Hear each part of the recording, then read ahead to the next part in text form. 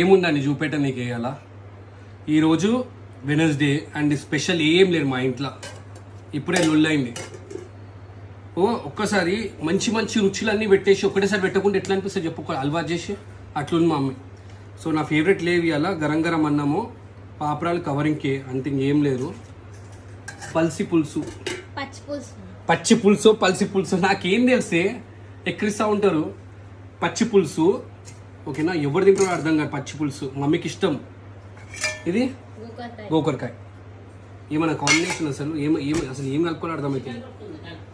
Chicken తో ఒక్కటి ఉంది. ఏది ఎక్కడ చికెన్ గ్రీన్ కలర్ బాక్స్ బా ఇంత గలం పెట్టిండు. మీ ఇంట్లో స్పెషల్ ఏంటో కింద కామెంట్ చేయండి.